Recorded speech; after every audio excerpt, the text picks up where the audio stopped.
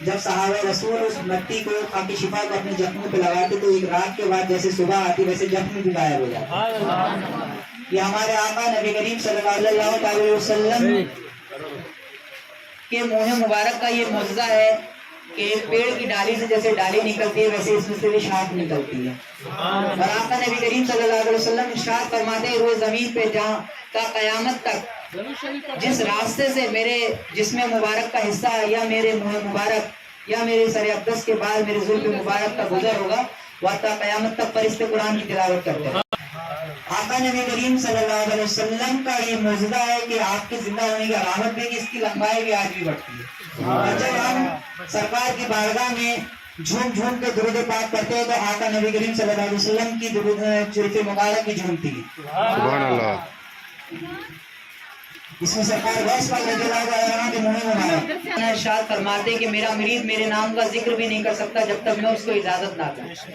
تو یہ سرکار غوث پاک رضی اللہ عنہ کے منہ مبارک کے آپ لوگوں کو زیارت ہو رہی ہے, اس میں ان کے جسم مبارک کے آپ کو زیارت ہو رہی ہے. تو کہیں نہ کہیں سرکار غوث پاک رضی اللہ تعالیٰ عنہ کی محفل میں آپ لوگوں کا پہلے ذکر ہوا ہے. یہ آپ لوگوں کی محبت اور عقیدت ہے. سرکار غوث پاک سے آپ جو محبت کرتے ہیں اس کا صلہ ہے کہ آپ کو حضور غوث پاک رضی اللہ عنہ کے منہ مبارک کی زیارت اتنی قریب سے ہو رہی ہے. اس میں حضور تاج شریعہ علیہ رحمۃ رضوان کے منہ مبارک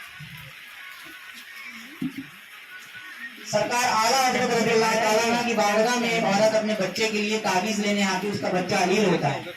تو ادھر سے حضور مفتی اعظم ان کا گزر ہوتا ہے تو اعلیٰ حضرت رضی اللہ تعالیٰ عنہ ارشاد فرماتے ہیں مصطفیٰ نے اپنی داڑھی مبارک کا پانی اس عورت کو دے دو.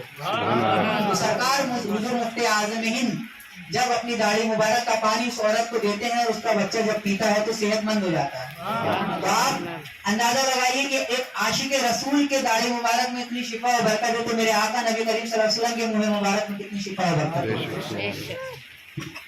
مبارک ہے جس کا ذکر ابھی میں نے آپ لوگوں سے کیا تھا. اور یہ حضرت خواجہ فخر الدین چشتی رحمۃ اللہ علیہ کا مزار پاک کا غلاف ہے. یہ ریاض الجنہ کی کارپیٹ, ریاض الجنہ وہ جگہ ہے جو آپ نبی کریم صلی اللہ علیہ وسلم کے گھر سے لے کے مسجد نبوی کا جو حصہ ہے وہ آپ نے فرمایا کہ یہ جنت کی کیاری کا حصہ ہے, یعنی کہ جنت کی باغ کا حصہ ہے, اس جگہ کی کارپیٹ ہے. اور اس کے بعد ماں خدیجہ رضی اللہ تعالیٰ عنہ کے روزے مبارک کا پھول ہے. اس میں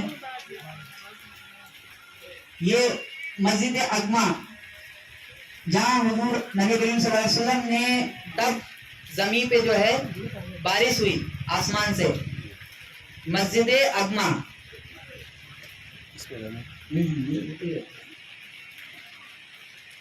یہ حضرت ابو بکر صدیق رضی اللہ تعالیٰ عنہ کا مزار پاک کی صفائی کا ایک کپڑے کا حصہ ہے. یہ بھی ہم لوگ کی خوش نصیبی ہے کہ ان کے روضے سے چھو کے یہ کپڑا آیا ہے. یہ سلطان جو کہے جاتے ہیں ان کے مزار پاک کی چادر مبارک ہے.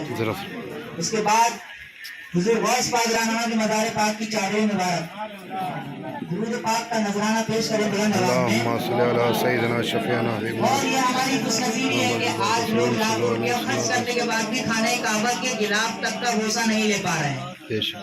آج کی تاریخ میں لوگ جا تو رہے ہیں لیکن خانہ کعبہ کی صرف دور سے زیارت کر پاتے ہیں لیکن غلاف مبارک تک کا بوسہ نہیں لے پاتے. لیکن آپ لوگوں کے درمیان الحمدللہ اتنا بڑا خانہ کعبہ کا غلاف ہے جس میں الحمدللہ پورا کلمہ لکھا ہوا ہے, اس کا آپ لوگوں کو بوسہ بھی الحمدللہ کرنے کو مل رہا ہے. یہ آپ لوگ کی خوش نصیبی ہے.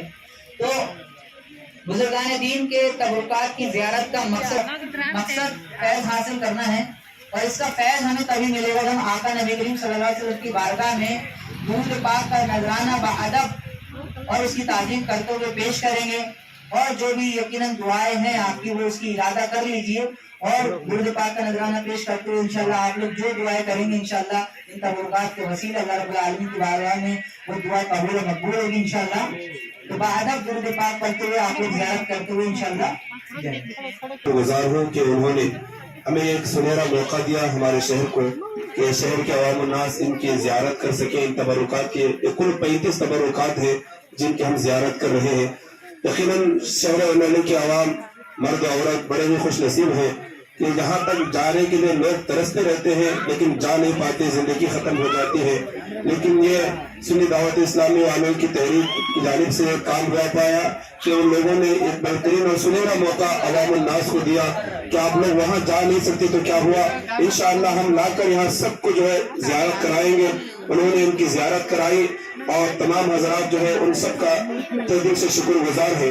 اور آپ سے بھی گزارش ہے کہ آپ ان تبرکات کی زیارت کرتے ہوئے جائیں اور جو لوگ ابھی تک نہیں آئے ہیں ان کو بھی اس بات کی اطلاع دیں. السلام علیکم ورحمۃ اللہ وبرکاتہ.